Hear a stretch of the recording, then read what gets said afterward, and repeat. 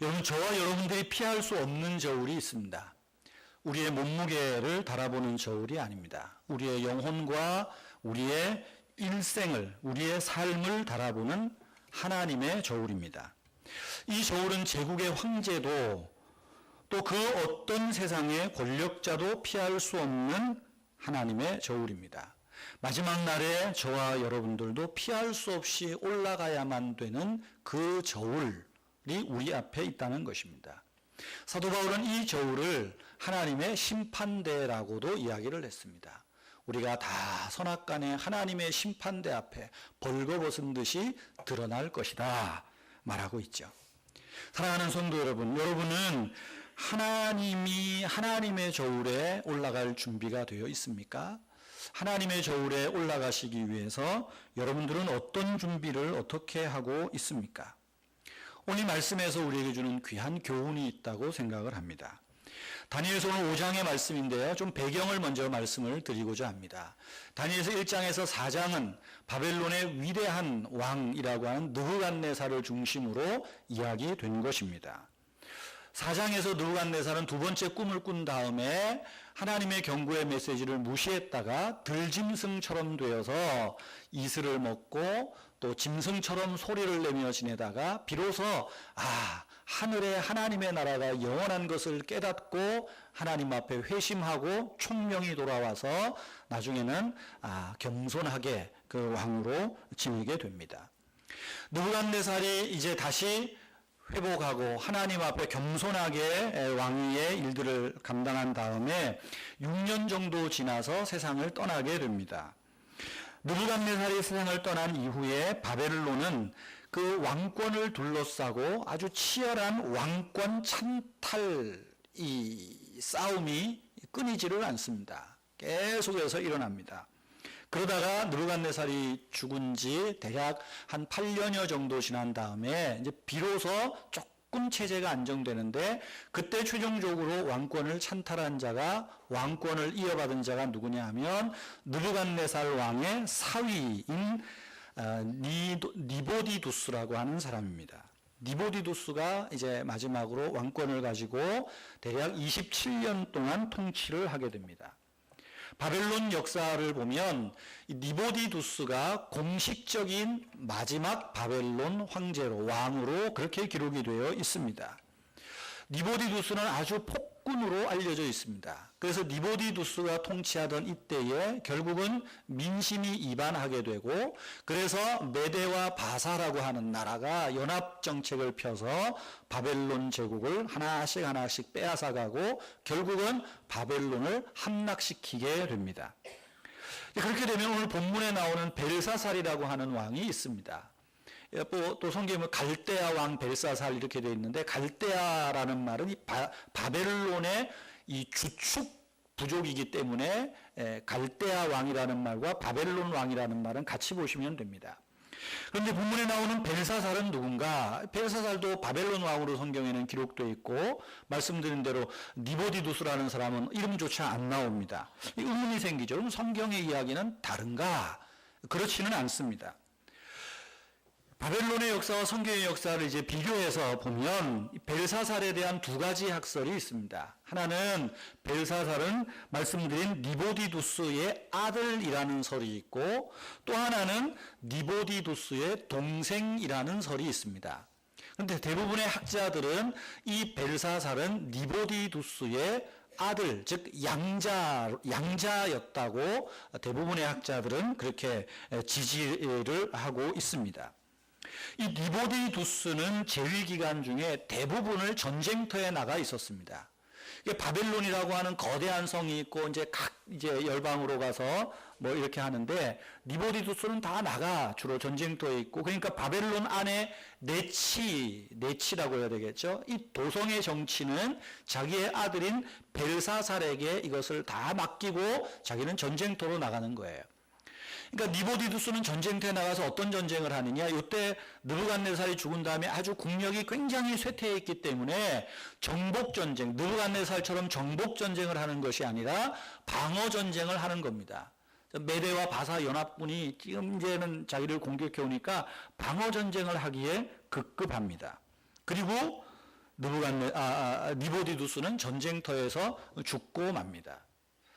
또 하나 오늘 본문 말씀에 보면 2절에 보면 5장 2절에 보면 벨사살을 이야기를 할 때 그의 부친 느부갓네살, 아버지 느부갓네살이라는 표현을 있어요.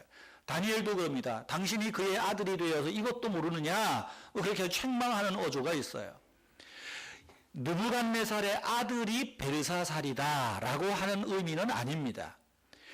이 성경이 기록되어 있는 바벨론 또 고대 근동 지역에 있어서는 자기 유명한 어떤 조상을 부친으로 표현하는 것이 일반적인 관례였다고 합니다.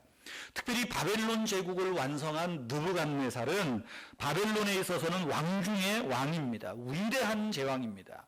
바벨론 전쟁 역사에서도 느부갓네살은 위대한 왕으로 알려져 있습니다. 그러니까 그의 후대들은 어때요? 사위 니보디두스도 느부갓네살을 이야기하면 내 아버지라 이야기하고, 또 보면 이제 외손주뻘 되는 이 벨사살도 느부갓네살을 이야기할 때는 내 아버지다. 이게 일반적인 관례입니다. 우리도 보면 북한도 비슷한 짓들을 하고 있잖아요. 김정은이가 요새 뭐 한다 그래요? 살을 삐둥삐둥 찌운다 그러잖아요. 원래 청소년 때는 말랐는데 살을 찌워서 뭐 하자는 거예요? 김정은이를 보면 누구 생각나게? 김일성이 생각나게. 다 그런 게 있는 것 같아요. 그죠? 그러니까, 내가 이 김일성 장군의 이 정통 후계자다. 바벨론 언어로 말하면 김정은이가 뭐라 그랬어요? 나의 부친 김일성, 이제 이렇게 이제 표현이 되는 거예요. 그래서 여기에 그의 부친 느부갓네살이라고 하는 것은 그 고대 사회의 문화하고 관습이다라고 하는 거예요. 그래서 이 후대의 왕들은 어때요? 끊임없이 그 위대한 느부갓네살을 흠모하고 배우고 공부하고 따라가려고 하는 그런 일들이 많이 일어났다는 것입니다. 이 5장은 벨사살, 그런 벨사살이 아마 니보디두스가 이제 전쟁터에서 죽고 그나마 억지로 이제 자기가 왕 노릇을 하고 있는 때인 것 같습니다. 그때에 벨사살이 자기 왕궁에서 아주 큰 잔치를 벌입니다. 귀족 1000여 명을 초청해서 큰 잔치를 벌입니다. 역사 기록에 보면 벨사살이 성대한 잔치를 베풀 때는 주전 539년 10월경이라 그래요. 이때 이제 바벨론이 망하는 때인데 이때 성대한 잔치를 베풉니다. 근데 잔치를 베푸는 이 시점도 중요해요. 이미 메데바사 연합군, 그러니까 페르시아는 다 바벨론의 주변 땅을 다 점령하고 바벨론의 도성을 이제 포위해가지고 근 2년여 가까이를 포기하고 항복하라고 끊임없이 이제 조서를 보내고 있는 그런 때였다 그래요. 자, 정상적인 왕 같으면 어떻게 합니까? 비상사태를 선포하고 만반에 지금 어떻게 하면 저 원수들을 때려잡을까? 이래 해야 되는데, 에이, 니네들 떠들어봐라. 이 바벨론은 절대 안 무너진다. 그렇게 하면서 이 큰 잔치를 벌이고 있는 거예요. 정신 나가도 한참 나간 놈입니다. 근데 왜 이렇게 큰 잔치를 벌이느냐? 여러 이유가 있어요. 첫째는 바벨론 성은 견고한 요새이기 때문에 절대 무너지지 않는다는 아주 잘못된, 헛된 자만심에 가득 차 있어요. 작년엔가 이 EBS에서 바벨론에 대한 다큐멘터리를 냈어요. 다 보진 않아 잠깐 보니까 그 성의 크기 엄청납니다. 그 안에 곡식 저장소 엄청납니다. 그러니까 이 바벨론 성을 니네들이 아무리 해봐야 이 성은 절대 너네 힘으로는 함락시킬 수 없다. 그러는 거예요. 그렇게 생각하고 있는 거예요. 뿐만 아니라 기록에 보면 이 바벨론 도성에는 20년을 먹을 수 있는 식량이 비축되어 있었다 그래요. 그러니까 시간만 벌면 된다. 이거 아니겠어요? 그러니까 니네들 그래봐야 결국은 니네들 다 도망가고 말 거야. 그래요. 그래도 어떻습니까? 사람이 적군이 포위하고 있으면 막 민심이 이반될 거 아니겠어요? 그러니까 사람을 달랜다고 뭐 하고 있어요? 잔치하고 있는 거예요. 근데 잔치를 하는데 누구를 불렀느냐가 중요하죠. 귀족 1000명. 자기 지지 세력만 힘을 얻으면 내 지지 세력만 나한테 등 안 돌리면 된다 해가지고 자기 귀족들 지지 세력을 데려다가 걱정하지 말라고. 우리 20년은 버틸 수 있으니까 걱정하지 말라고. 와, 뭐 이러는 거예요. 이 민초를 돌아보는 게 아니죠. 다니엘이 느부갓네살에게 왕이여 공의를 행하소서, 가난한 자를 긍휼히 여기소서, 그리하면 당신의 나라가 대대에 이르리로다. 이 원리를 깨버리고 그저 자기 세력, 자기 귀족들만 돌보면서 괜찮다고 그러는 거예요. 또 하나 이들이 잔치를 벌이는 이유 중에 하나는 뭘까요? 우리 바벨론의 신들이 이 나라를 지켜줄 거다, 바벨론을 지켜줄 것이라고 하는 헛된 믿음이 또 있었기 때문에 그래요. 여기 4절 말씀해 보시면 5장 4절에 보면 그들이 술을 마시고 그 금, 은, 구리, 쇠, 돌로, 나무, 돌로 만든 신들을 찬양하니라. 이 이방사회에서 술 먹고 자기들의 신을 찬양해. 어떻게 찬양했을까요? 우리의 신들이 영원하다. 우리의 신들이 이 나라를 지켜줄 것이다. 그러면서 지금 흥청망청거리고 있는 것입니다. 정신이 좀 나간 거죠. 정신이 나간 겁니다. 이렇게 큰 잔치를 벌이고 자기의 신들이 자기 나라를 지켜줄 것이라는 헛된 믿음과 잘못된 자신감 가지고 막 들떠 있을 때 이 분위기를 확 깨는 일이 일어납니다. 한 사람의 손가락들이 나타나서 왕궁 촛대 맞은편 석회벽에 글씨를 새기기 시작하는 것입니다. 글씨를 어떻게 생겼을까요? 손가락이 터 나타나는데 아마 석회벽에 쓰니까 정으로 막 짜자자작 뭔가 글씨를 새기지 않았겠어요? 글씨를 새겨놓으니까 술 마시고 막 기분 좋게 놀다가 두다다닥 떼는 소리가 나니까 얼마나 놀랬겠어요? 확 놀래. 이 뭔 일인가? 저처럼 조그만 놈은 확 커지고 말이죠. 오늘 성경 보세요. 6절에 보면 이에 왕이 즐기던 얼굴빛이 변하고 그 생각이 번민하고 저건 뭐야? 예? 그 다음에 넓적다리 마디가 녹는 듯하고 그의 무릎이 서로 부딪히니라 다다다다다다 꽂는 거야. 야야야 저거 뭐야? 그래 그 글씨가 무슨 글자인지 읽어보려니까 도무지 모르겠습니다. 글자를 못 읽으니까 그 뜻도 알 수가 없습니다. 그래서 말하죠, 신하들에게. 이 나라에 있는, 바벨론에 있는 사람 중에 저 글씨를 읽고 해석하는 자에게는 내가 큰 포상을 내리고 이 나라의 셋째 통치자를 삼으리라. 이 셋째 통치자로 하는 의미가 뭐냐 하면 아까 말한 대로 아버지 니보디두스, 그 다음에 자기, 그 다음인 거예요. 그래서 학자들은 그 벨사살이 니보디두스의 아들로 2인자 역할을 했다. 뭐 이제 이런 이야기를 하는 겁니다. 그래서 이런 이야기를 하지만 아무도 글자를 읽고 해석할 수 있는 사람은 없었습니다. 그러니까 어떻게 했어요? 귀족들도 난리가 나고 야 이거 큰일 났다. 이거 뭔 수냐. 왕에 대한 불신도 생기겠죠. 이 소문이 이제 왕궁에 이렇게 전달이 됩니다. 옆에 왕비가 있는 궁으로 전달이 됩니다. 그러니까 왕비가 이 소식을 듣고 이 잔치가 있는 연회장으로 오지요. 10절 말씀해 보면 왕비가 왕과 그 귀족들로 말미암아 잔치하는 궁에 들어왔더니, 근데 여기 왕비가 누굴까요? 왕비는 벨사살의 아내가 아니라 니보디두스의 아내로 학자들은 이야기합니다. 그러니까 어머니라는 얘기죠. 왜냐하면 뒤에 말하는 걸 보세요. 이제 만수무강하소서 이야기한 다음에 왕의 생각을 번민하게 하지 말며 얼굴빛을 변할 것이 아닙니다. 이 얘기를 어떻게 했겠어요? 어머니의 권위를 가지고 말하는 거예요. 왕이 돼가지고 그까짓 거 가지고 덜덜 떨고 하면 이 사람들이 당신을 어떻게 볼 것 같아? 널 어떻게 볼 것 같아? 이럴수록 정신 차리고 얼굴빛을 변하지 말고 굳게 하라고 탁 하는 거예요. 이게 어머니가 아니면 말을 못하는 거예요. 탁 이야기를 합니다. 그래도 떠니까 어때요? 내가 이 글자를 읽고 해석할 한 사람을 알고 있다. 이 사람은 느부갓네살 때부터 총애를 받던 사람이다. 그러면서 다니엘을 소개시켜 줍니다. 어떻게 다니엘을 소개시키나요? 11절 보세요. 왕의 나라에 거룩한 신들의 영이 있는 사람이 있으니 왕의 부친 때에 있던 자로서 명철과 총명과 지혜가 신들의 지혜와 같은 자니이다. 여러분 2주 전에도 제가 이 말씀 드렸죠. 느부갓네살이 다니엘을 볼 때 거룩한 영이 내 안에 있다. 그러니까 이것을 그 딸이 보았을 거 아니겠어요. 거룩한 영이 있는 그 사람을 내가 당신에게 소개해 줄 테니까 그가 알 거다 이야기하는 거예요. 말씀드렸듯이 거룩한 영이 있다. 우리 그리스도인들이 예수를 믿는 우리는 어떻습니까? 우리 안에도 이 거룩한 영들이 우리에게 있습니다. 하나님의 영이 우리 안에 있어요.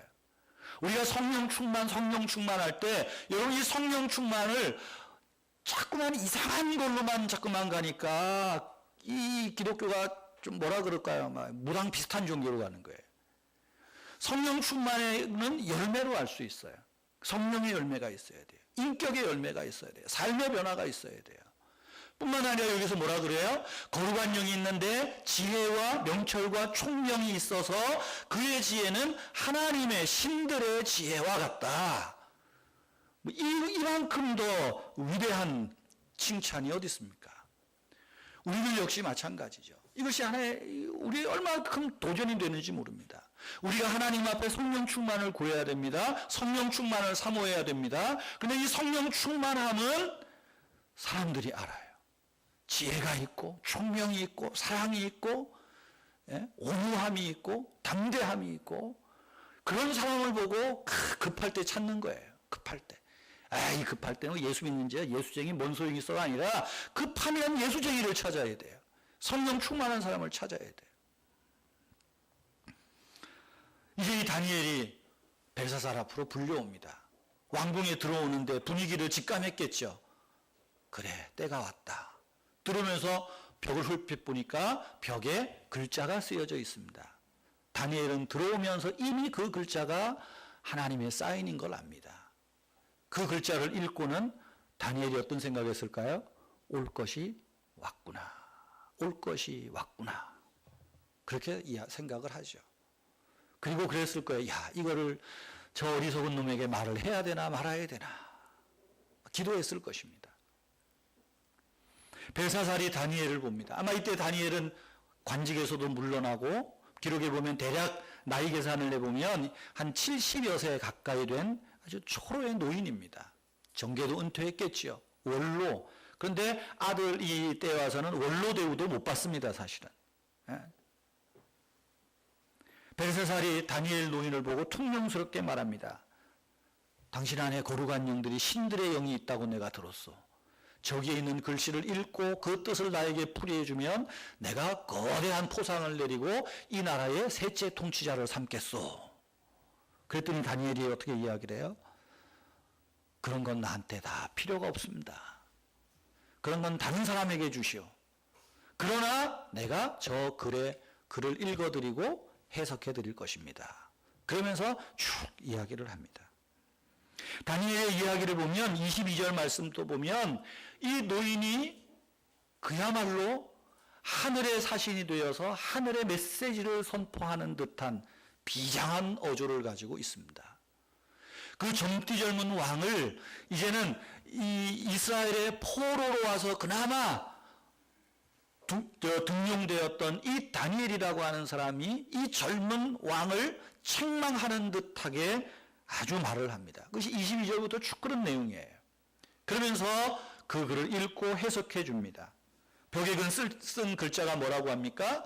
메네 데겔 우바르신이라는 말입니다.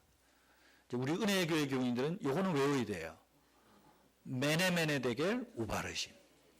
저는 이 교회 주일학교를 명문주일학교를 나와가지고 초등학교 다닐 때부터 성경 퀴즈 대회 나가면 상도 많이 받고 다니엘 하면 메네 데겔 우바르신 압니다.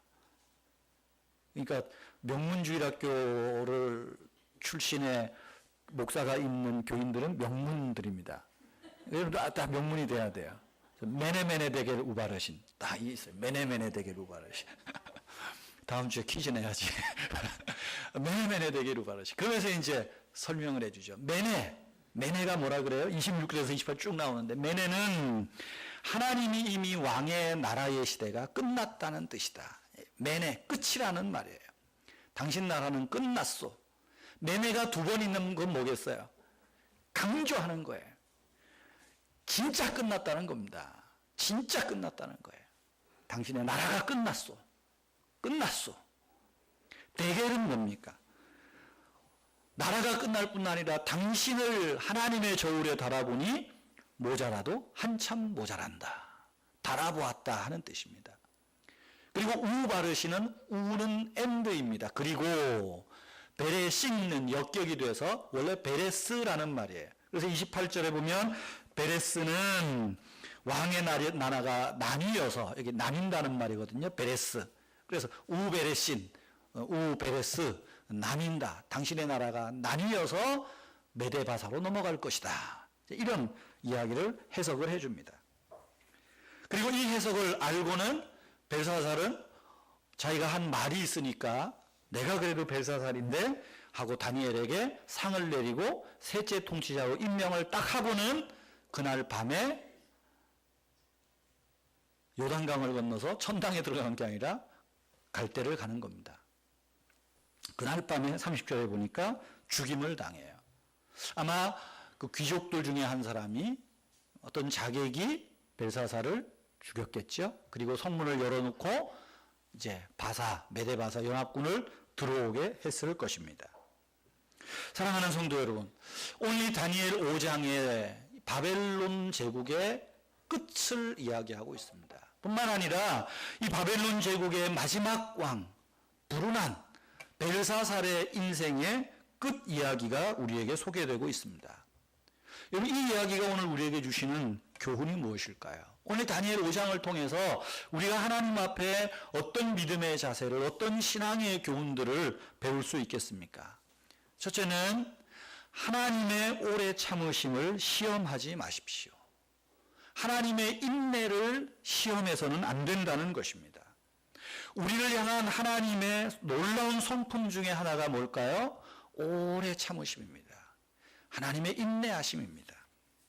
로마서 9장 22절 말씀에 보면 만일 하나님이 그 진노를 보이시고 그 능력을 알게 하고자 하사 멸하기로 준비된 진노의 그릇을 오래 참으심으로 관용하셨다.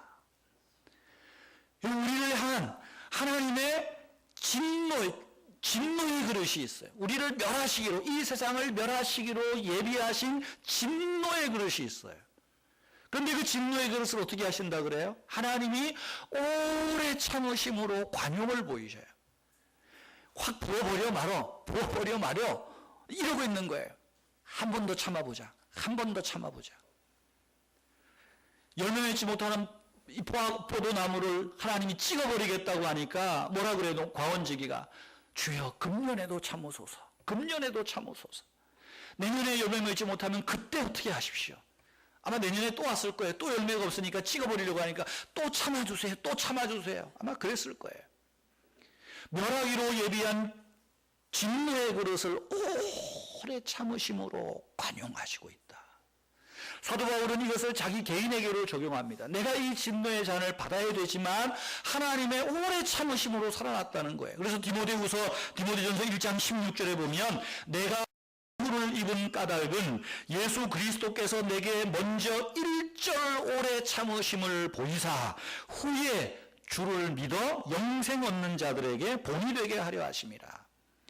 하나님이 나에 대해서 이 멸하기로 준비된 진노의 잔을 오래 참으셔서 결국에는 내가 예수 그리스도를 믿어 주의 사도가 되었다. 나의 복음 선포를 듣고 믿는 모든 사람들에게도 하나님의 진노의 잔은 오래 참으심으로 지금 쏟아붓지 않고 있다. 이 얘기를 하고 있는 거예요. 베드로후서 3장 15절에도 보면 사도 베드로는 이렇게 이야기합니다. 하나님의 오래 참으심이 우리의 구원이 되었도다. 이야기하고 있어요. 하나님의 오래 참으심. 하나님의 오래 참으심은 하나님의 사랑에서 시작되는 것입니다. 하지만 여러분, 하나님을 남용하지 마십시오. 하나님의 인내하심을 시험해서는 안 됩니다. 하나님의 인내에도 끝이 있습니다.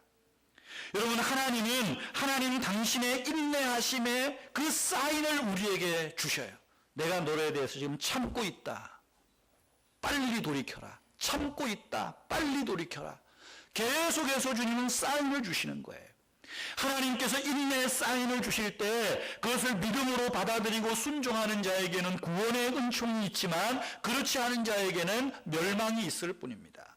여러분, 사도 바울을 향한 하나님의 인내의 사인이 무엇입니까? 그 인내의 끝이 어디였나요? 다메섹이었어요. 하나님께서 바울에 대하여 오래 참고 결국에는 바울이 지금 넘지 못하는 선을 넘어가고 있어요.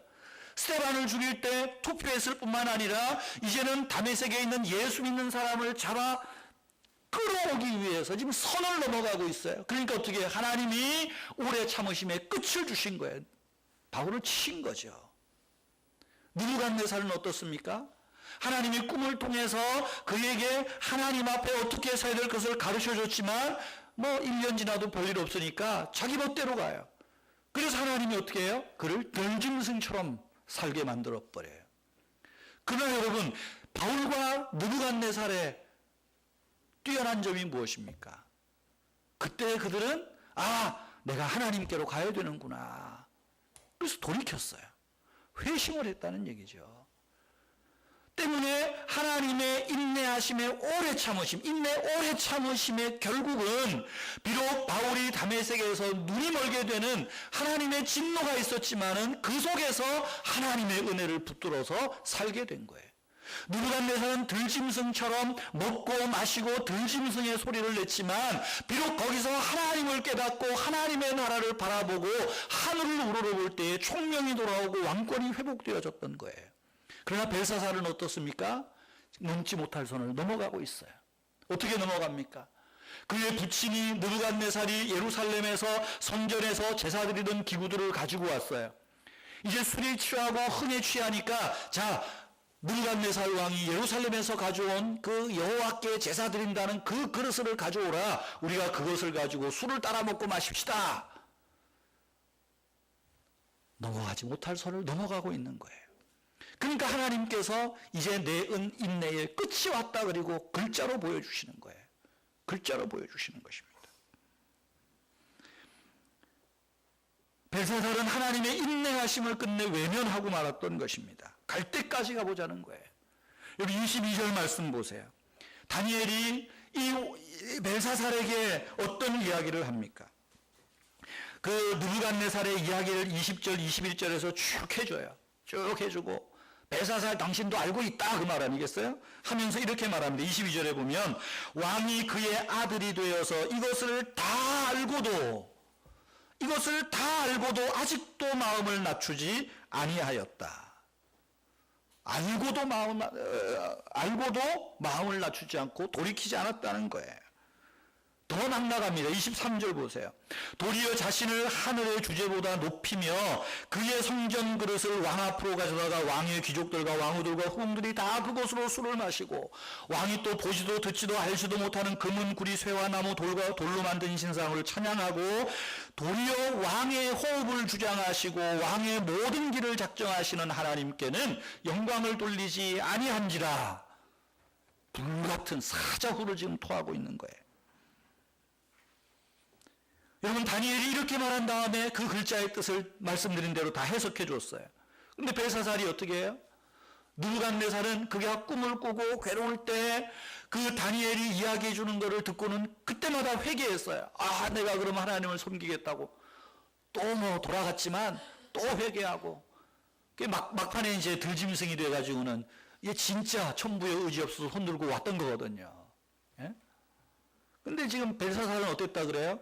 29절 보세요. 29절 보세요.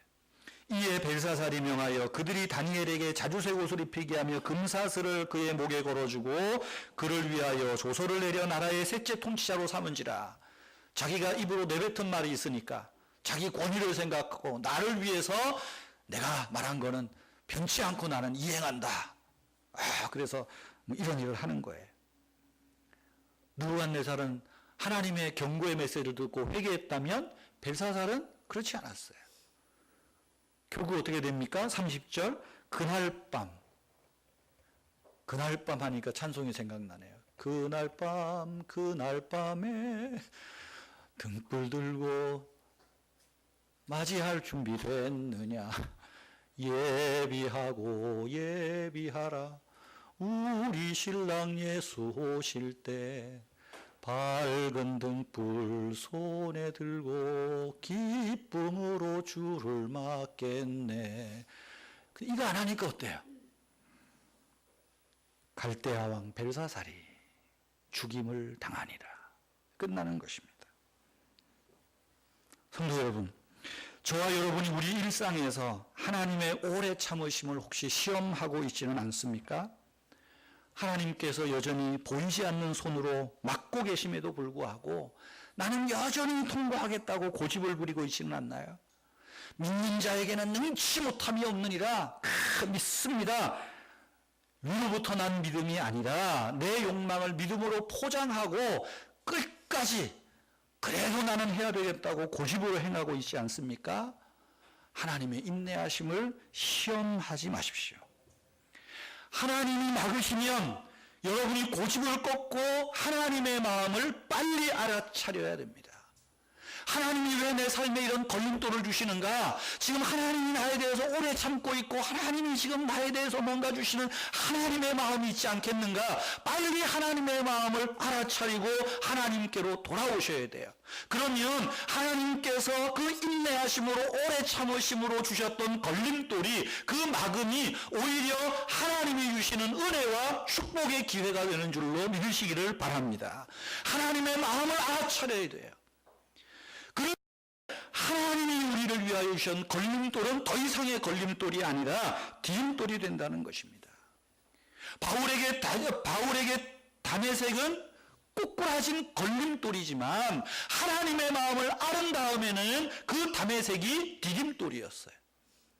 느부갓네살이 수광병에 걸려서 들짐승처럼 이야기하고 들짐승처럼 먹고 마시고 수개월을 그렇게 했지만 결국 그가 거기에서 하늘을 우러러보고 하나님을 경배하기 시작할 때에 그 들짐승처럼 되었던 걸림돌은 그에게 걸림돌이 아니라 디딤돌이 되었다는 거예요. 그래서 느부갓네살이 그 폭군임에도 불구하고 바벨론의 위대한 왕으로 역사에 남아있는 거예요.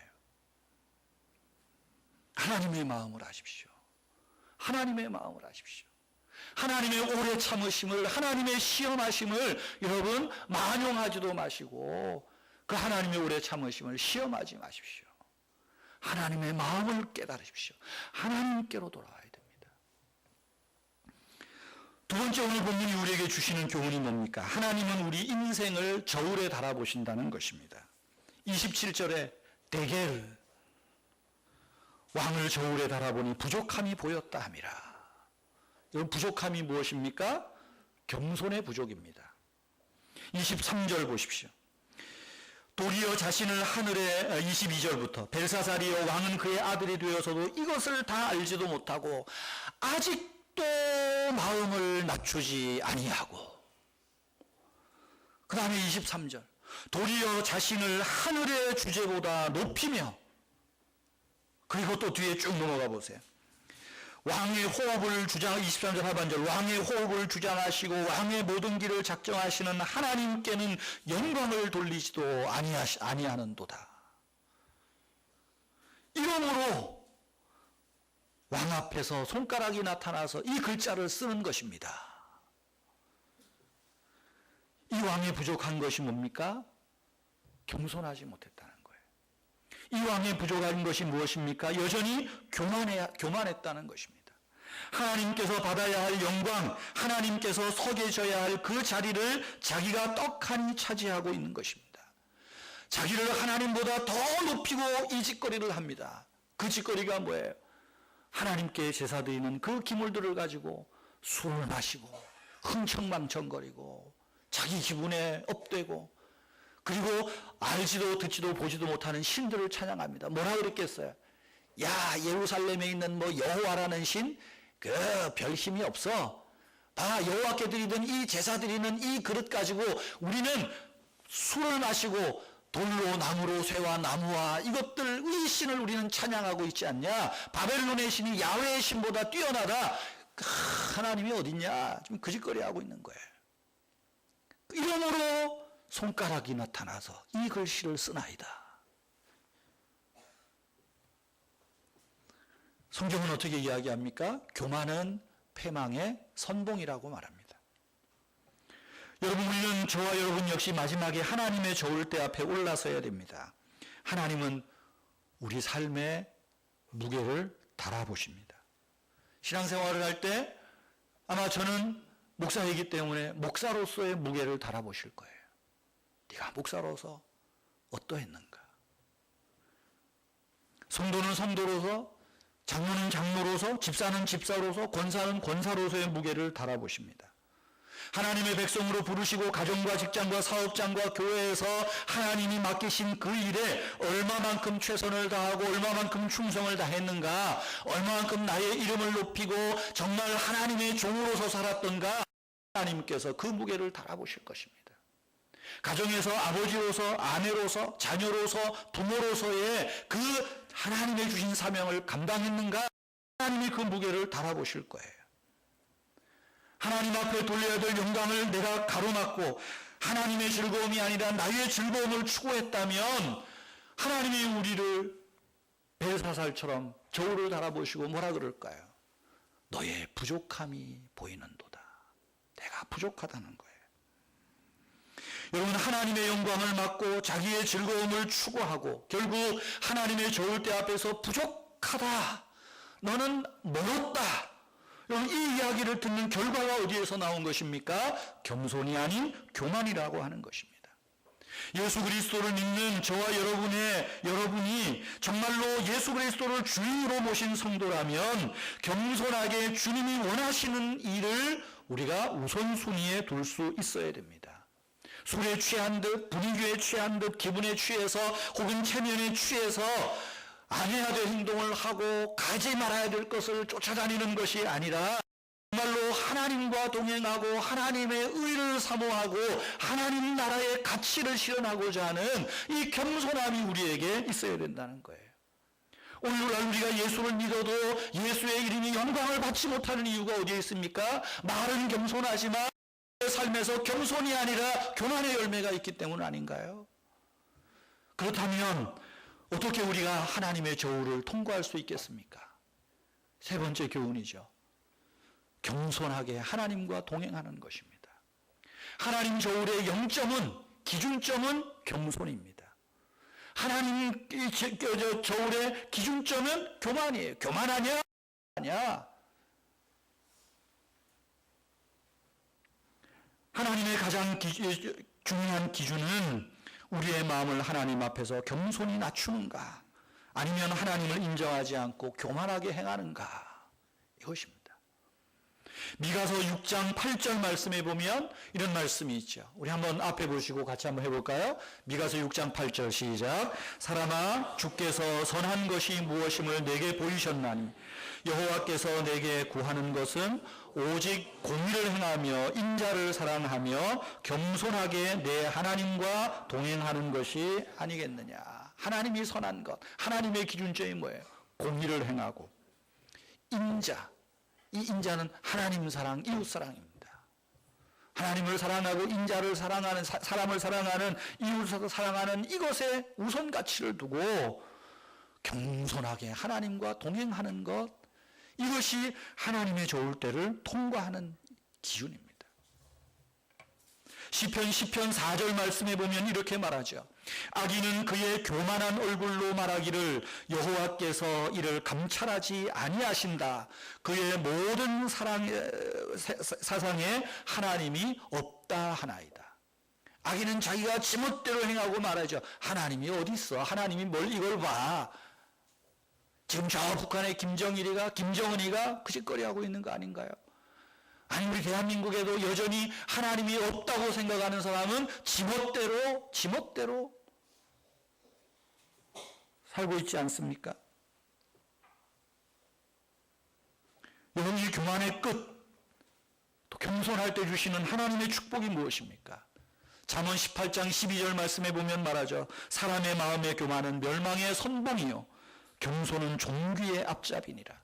잠언 29장 23절에도 보면 사람이 교만하면 낮아지게 되겠고 마음이 겸손하면 영예를 얻으리라. 우리가 겸손히 하나님과 동행하느냐? 우리는 지금 이것 한 가지를 늘 하나님 앞에서 확인해야 됩니다. 우리가 하나님 앞에서 겸손한가 어떻게 확인할 수 있겠습니까? 예수 그리스도가 내 삶의 주인이신가 아닌가, 하나님이 내 마음의 주인인가 아닌가 하는 것입니다.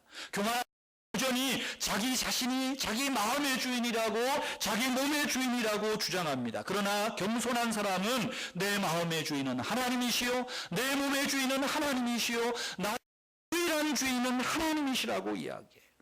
때문에 겸손한 사람은 하나님이 내 주인이시기 때문에 하나님이여 내게 주인 노릇하시도록 끊임없이 내 마음의 왕자를 주님 앞에 내어드리는 것입니다. 하나님 말씀해 주십시오, 내가 듣겠습니다. 하나님 말씀해 주십시오, 내가 순종하겠습니다. 그럴 때 우리가 하나님의 저울 앞에 섰을 때 어떻게 됩니까? 영예를 얻고 존귀함을 얻는다고 성경은 약속하고 있습니다. 여러분, 사람들이 구원을 받지 못하는 것은 그들이 큰 죄인들이기 때문에 아닙니다. 하나님은 최악의 죄인도 구원받을 수 있습니다. 죄악의 분량이 많아서, 죄악가 많아서 영벌을 받는 것이 아닙니다. 우리가 지옥에는 안 가봤지만 지옥에 가면 큰 죄인도 있고 작은 죄인도 있습니다. 큰 죄인과 작은 죄인의 공통점이 있어요. 그게 뭘까요? 교만이에요. 그들의 생각에 하나님이라고 주장하는 이 헛된 자만심, 헛된 교만, 헛된 믿음이 결국은 그들로 하여금 지옥 형벌에 들어가게 하는 거예요. 여러분, 인간들이 멸망하는 까닭은 그들이 살아계시는 동안에 하나님께 대하여 마음을 갖고 있기 때문입니다. 하나님의 인내가 닿을 때까지 자기의 길을 걷습니다. 자기의 양심의 소리에 귀를 막습니다. 하나님이 더 이상 말씀하지 않을 시점에까지 이루고 만다는 거예요. 그래서 예수 그리스도를 부인합니다. 예수 그리스도를 믿지 않습니다. 교만의 두꺼운 껍질 아집 속에 파묻혀 산다는 것이죠. 벨사살이 그랬던 거예요. 사랑하는 성도 여러분, 우리 모두에게는 인생의 끝이 있습니다. 그리고 그 인생의 끝에는 하나님의 저울에 올라가 하나님께 달아 무게가 달려진다는 거예요. 아무도 예외가 없습니다. 그때에 겸손히 하나님과 동행하는 사람은 하나님 저울에서 합격 통지를 받을 것입니다. 그래, 네가 믿음으로 살았구나. 나를 위해서 살았구나. 정말 너에게 있어 주인은 나였구나. 하나님이 기뻐하실 거예요. 잘했다, 착하고 충성된 종아, 내 나라에 들어와서 이 잔치에 참여해라 하실 겁니다. 그러나 여전히 자기가 주인 노릇하고 그의 사상에, 그의 일에, 그의 행동에 하나님이 없다고 한 교만한 사람들은 음부에서 슬피 울며 이를 갈미 있을 수밖에 없다는 것입니다. 사랑하는 성도 여러분, 겸손한 삶이 무엇입니까? 예수 그리스도를 주로 고백하는 삶입니다. 겸손한 삶이 무엇입니까? 하나님께만 영광을 돌리는 삶입니다. 그리고 나를 사랑하시는 그 하나님을 영원토록 즐거워하며 사는 것, 이것이 겸손한 삶 아닐까요? 소교리 문답 1문에 사람의 제일 되는 본분이 무엇입니까? 하나님을 영화롭게 하고 그를 영원토록 즐거워하는 것입니다 말하죠. 하나님을 영화롭게 한다. 그건 뭐 이해가 돼요. 하나님을 즐거워한다는 말이 뭘까요? 하나님을 어떻게 즐거워할 수 있을까요? 영어로 보면 enjoy라고 되어 있어요. enjoy him forever. 어떻게 enjoy 할 수 있어요? 하나님이 내게 하신 일, 하나님이 내게 베푸신 구원, 하나님이 내게 베푸신 크고 작은 축복들을 오늘 이 시간에 감사하고 찬양하고 하나님이 내 삶의 주인이십니다. 그것이 하나님을 즐거워하는 일입니다. 지금 내게 주어진 길이 고단하고 힘겨워도 하나님이 나와 동행하심을 믿고 축복하심을 믿고 감사하는 삶이 하나님을 엔조이하는 겸손한 삶인 거예요. 하나님을 엔조이하지 못하는 이유가 어디 있을까요? 내 스스로에게서 만족을 찾고 세상에서 만족을 찾죠. 그게 교만한 길이라는 것입니다. 사랑하는 성도 여러분, 우리가 마지막 하나님의 저울대 앞에 어떤 모습으로 서겠습니까? 우리 모두는 다 하나님의 저울대 앞에 달려지게 될 것입니다. 겸손히 하나님과 동행하는 것입니다. 왕이여, 어찌 당신이 이것을 알고도 하늘의 주제보다 당신을 더 높였나이까? 오늘 우리에게 주시는 말씀일 거예요. 교만하여 망하는 자들의 길을 보십니까? 그럼에도 불구하고 우리가 여전히 그 길을 걸으시렵니까? 가지 말라고 말합니다. 가지 말라고 말합니다. 우리가 이 땅에서 겸손하게 하나님을 영화롭게 하고 하나님을 즐거워하고 하나님을 감사하며 살 때에 하나님의 기쁨이 되어서, 그래서 하나님의 저울 앞에 섰을 때 잘했다 칭찬받는 그런 우리 은혜의 교회 모든 교회들이 되기를 주의 이름으로 축원합니다.